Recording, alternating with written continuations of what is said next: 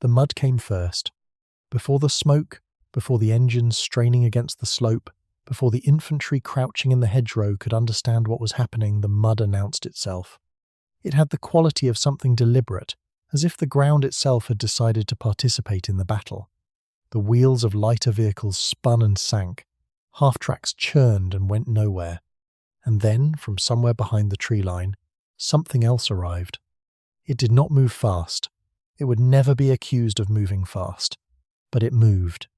The Churchill tank wide-tracked, long-hulled, grinding forward with a patience that bordered on the contemptuous cross-the-slope that had stopped everything else. It climbed the gradient that no armoured vehicle should attempt. And as the infantry watched from their positions, something shifted in the emotional temperature of the assault. Not inspiration. Something more practical. Something closer to the realization that the problem in front of them had just become solvable. This is the story of a tank that nearly destroyed its own reputation before it had built one. A tank that was rushed, mocked, mechanically troubled, and publicly embarrassed at one of the war's most disastrous combined operations. A tank that critics pointed to as evidence that British industry and doctrine had lost their way. And yet because of its weight, because of its armour, because of a hull so long it seemed almost absurd, the Churchill became one of the most trusted armoured vehicles in the British and Commonwealth armies. Not in spite of its apparent flaws, in many cases because of them. Rushed into existence and mocked for breakdowns and awkward design, the Churchill became one of Britain's most valuable tanks, because the very features that looked like mistakes, weight, armour, and a long hull turned it into a terrain-solving, infantry-saving machine. The battlefield eventually asked questions that only the Churchill could answer. To understand how that happened, you have to start where the design itself started, not with engineers on a drawing board, but with a particular British memory of what war looked like. Britain in 1939 and 1940 was not designing tanks in a vacuum. It was designing them against the shadow of the Western Front, the memory of mud, of wire, of ground so broken and defended that movement itself had become the central problem of warfare. The lesson driving British armour doctrine was not about speed. It was about getting infantry across ground that wanted to kill them. The infantry tank concept was the result. A class of vehicle built not to race ahead and exploit, but to walk alongside the foot soldier, to absorb punishment, to cross the kind of terrain that stopped everything else, and to remain functional when lighter vehicles had given up.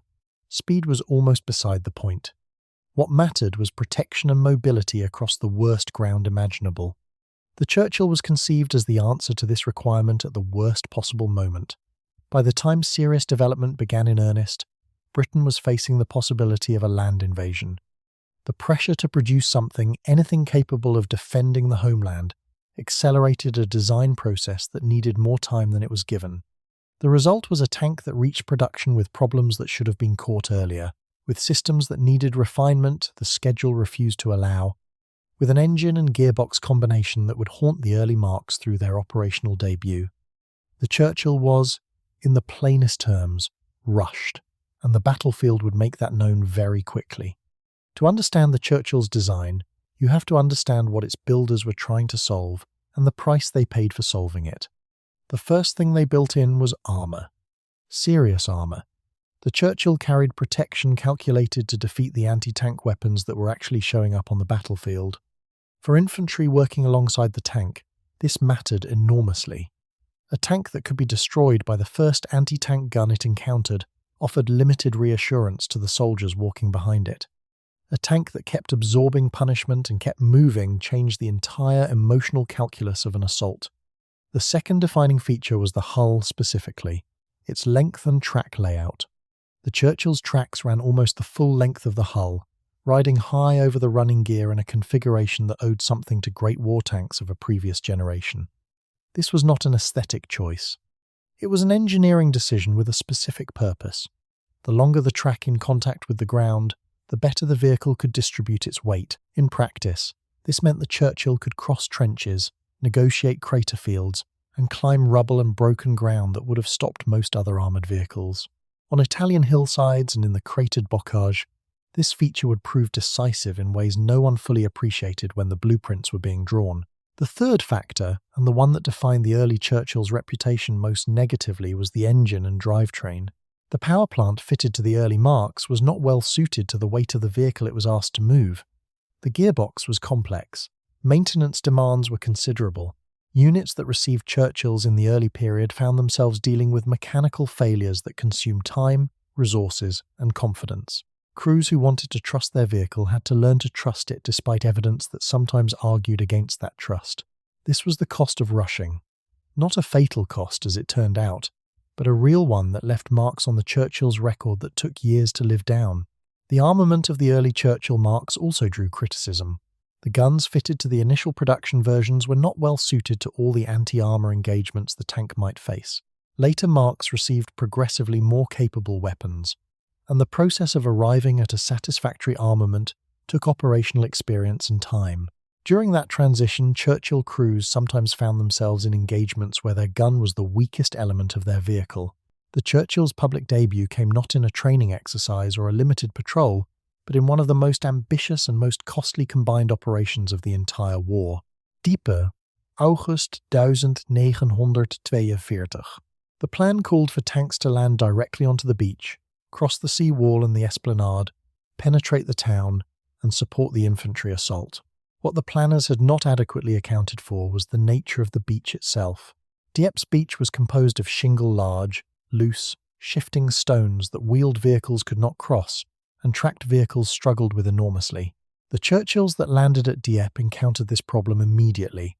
A number of tanks were unable to move beyond the beach, stopped not by enemy fire alone but by the physical reality of the terrain. Others cleared the beach but found exits blocked or defended in ways that could not be forced without infantry support that was itself in serious difficulty. The tank force intended as the breakthrough element was largely neutralized before it could fulfill its role. The human cost of Dieppe was severe, borne overwhelmingly by the infantry. The tank performance on the beach became one of the visual symbols of the operation's failure.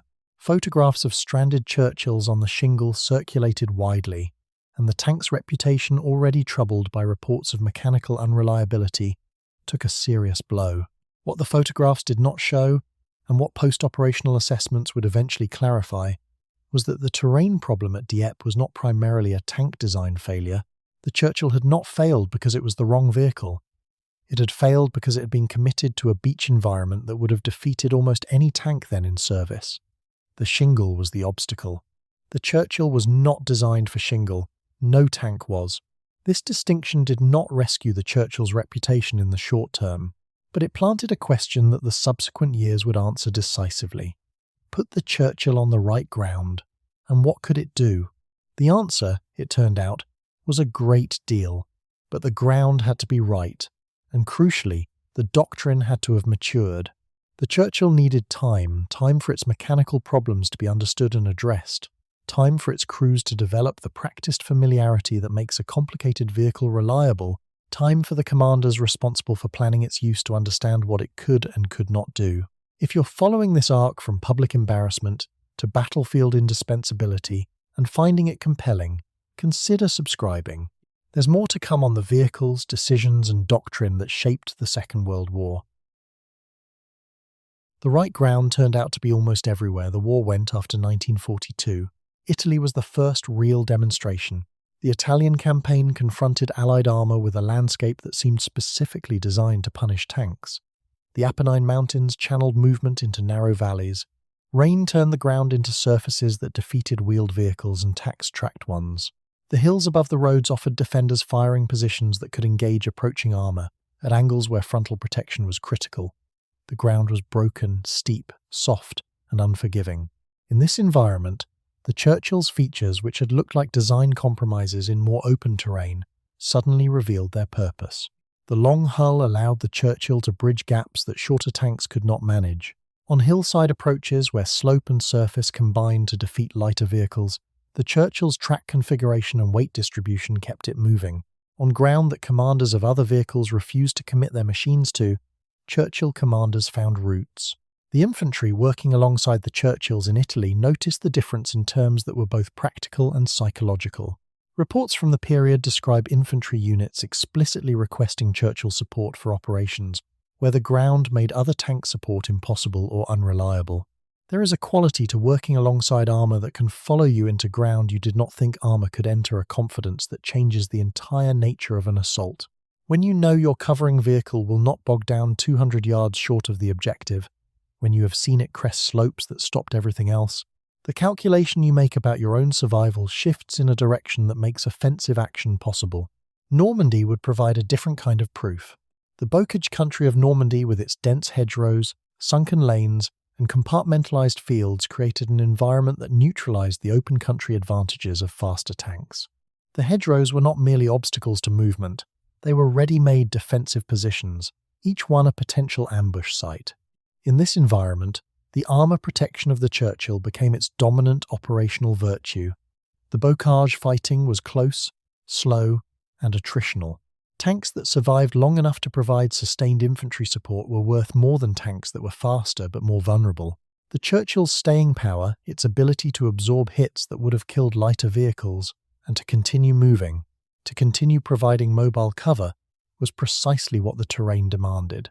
Accounts from infantry units in the bocage describe the specifically physical relief of moving alongside a vehicle that absorbed rounds and kept going, that placed itself between the soldiers and the fire, that did not stop when stopped vehicles would have changed the outcome of the engagement.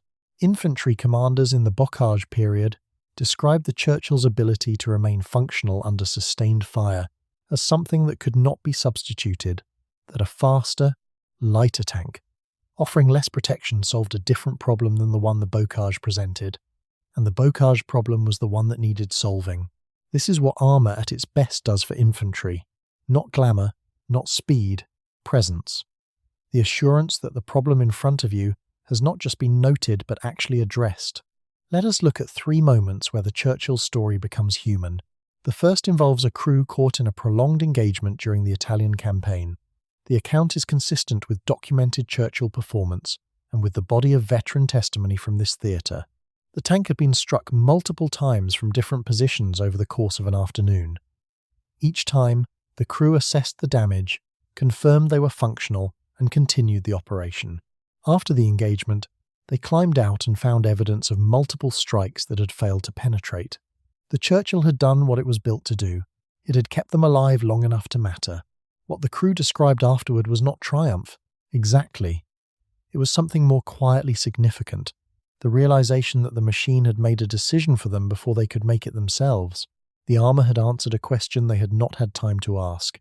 They had remained inside the fight because the vehicle had made remaining possible. The second moment is from an infantry perspective, from the bocage country. The infantry company had been held up by a position controlling a lane junction. When the Churchill came forward, it did not neutralize the position with one decisive shot. What it did was absorb the fire from flanking positions while the infantry used the cover of its hull to close the distance on foot. The Churchill was not the weapon that cleared the position.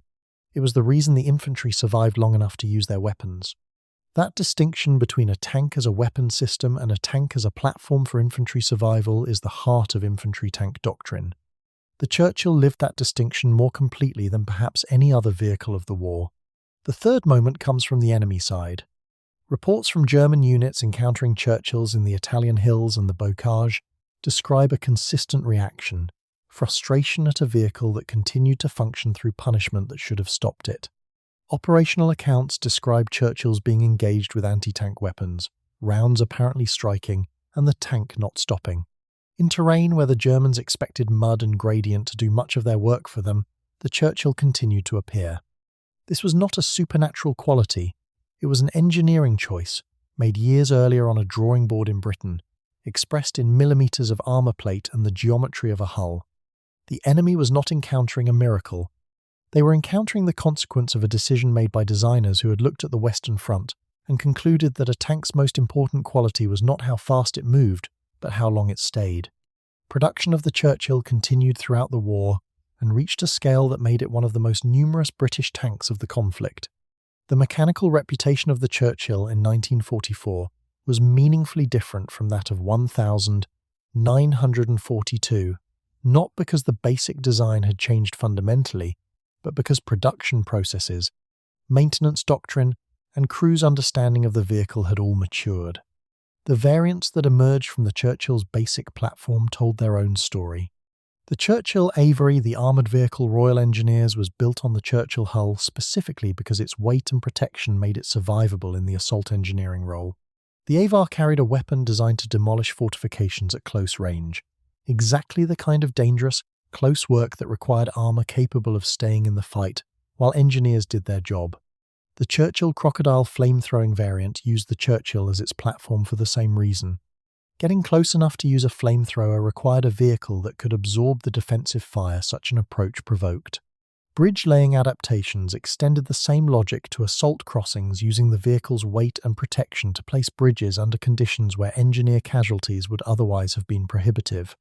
These were not accidental developments, they were the inevitable expression of the Churchill's core quality. It could go where the fighting was worst, and stay there long enough to do something useful.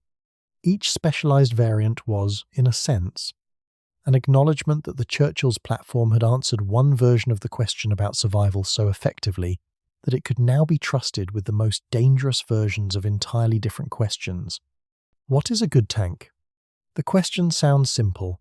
In practice, it is one of the most context-dependent questions in military history. A good tank is good for a specific purpose, on specific terrain, at a specific moment in a specific war. The Churchill was never the fastest tank. It was never the most powerfully armed, at least not in its early marks.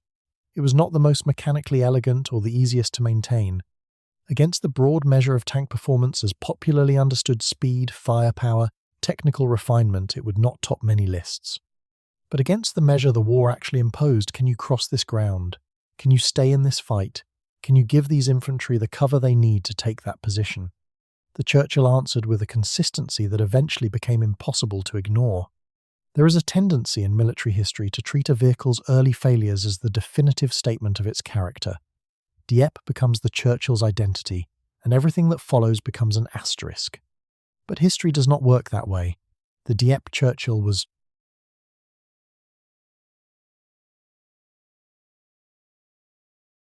not the Italian Churchill or the bocage Churchill or the WWII Churchill. It was an early version of a machine that had not yet found its ground. When it found that ground, when the terrain finally asked the questions the Churchill had been built to answer, the answers it gave were ones that its crews, and the infantry working alongside them, counted on with their lives. Archive photo. Churchill climbing rubble-strewn street in a damaged town. The tank that was rushed and mocked and photographed stranded on a French beach did not become useful despite its weight and its slowness. It became indispensable because of them. The war moved to the mud, to the hills, to the bocage, to the rubble of defended towns, and the Churchill moved with it, through it, across it. Not every vehicle has to win the war on every front. Some vehicles only have to win the moment they were built for. And when the Churchill arrived at its moment, when the mud deepened and the slope steepened and everything faster had already given up, it was exactly the machine the infantry needed it to be. That is not a small thing. In war, it is almost everything.